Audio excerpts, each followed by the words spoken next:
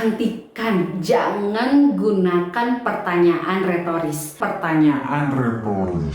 Hai, aku Yulia.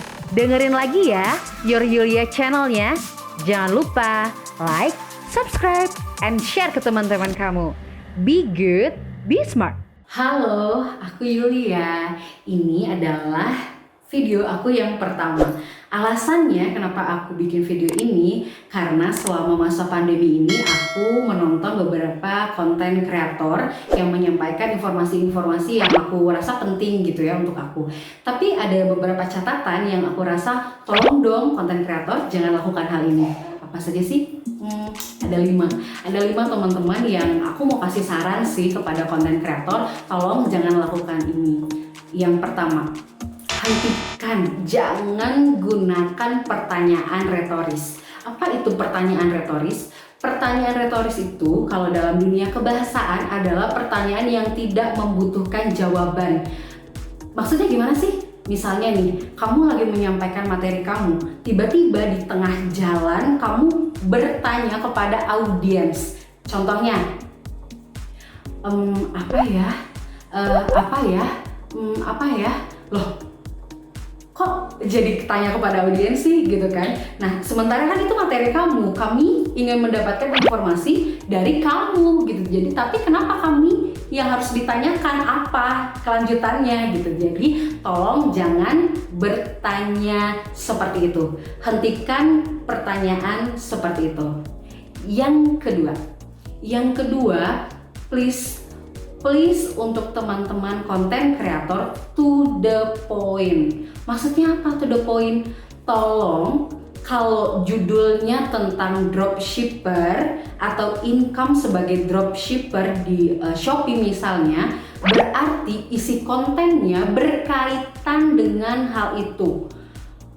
Karena ada salah satu video yang saya tonton, tidak ada informasi sama sekali tentang kaitannya video itu dengan judulnya, tidak ada gitu. Nah, itu kan tentu kan orang yang menonton atau saya yang menonton merasa dirugikan, rugi waktu, sementara informasi yang kita harapkan itu tidak sampai. Nah, ini harus dihentikan, jangan lakukan itu.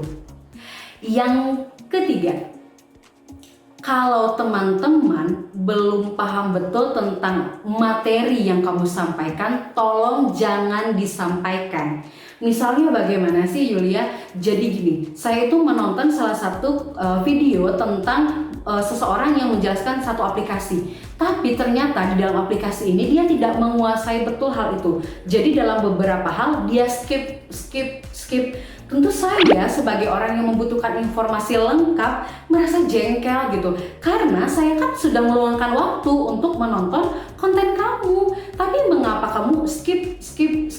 Terus apa gunanya gitu kan? Nah, tolong teman-teman, kalau kita belum tahu atau belum paham betul tentang satu aplikasi atau tentang materi atau tentang isu yang ingin kita sampaikan, tolong jangan sampaikan. Jadi lebih baik kita belajar dulu, kita cari tahu dulu, kita gali dulu lebih dalam, baru kita buat videonya. Itu akan membuat konten kamu lebih besar pasti. Yang keempat, jangan bingung sendiri. Jadi ada salah satu video nih teman-teman, saya tuh nonton video ini tentang game. Nah tiba-tiba teman YouTuber ini dia itu menyampaikan materinya itu tapi bingung sendiri gitu. Jadi bingung sendiri, dia menyampaikan A di tengah jalan terus dia bingung sendiri. Jadi lebih banyak diam dan termenung. Kamu bisa bayangkan bagaimana orang yang menonton itu gitu kan, sudah meluangkan waktu untuk melihat orang yang kebingungan. Rasanya jangan, tolong hindari hal ini, jangan lakukan hal ini. Dan yang terakhir, teman-teman, jangan bicara terlalu cepat atau terlalu lambat. Kalau kita bicara terlalu lambat, penonton atau audiens akan ngantuk. Tapi kalau kita bicara terlalu cepat, penonton akan bingung. Jadi kita harus bicara dengan jelas, intonasi jelas, kemudian body language juga jelas. Jangan juga jadi sok jago atau sombong gitu, jangan juga ya, karena sekarang tuh rasanya orang-orang kurang suka dengan hal-hal itu. Jadi alangkah lebih baiknya kita menyampaikan semuanya itu dengan terstruktur, dengan body language yang jelas, intonasi yang jelas, dan kita itu harus menyusun apa yang ingin kita sampaikan. Materinya disusun dengan terstruktur dan rapi supaya waktu kita menyampaikan materi kita nggak kebingungan dan audiens atau orang-orang yang membutuhkan informasinya dapat mendapat informasi yang dibutuhkan. Nah, itu saja ya teman-temannya 5 hal yang harus diperhatikan oleh YouTuber. Oke, sampai berjumpa lagi.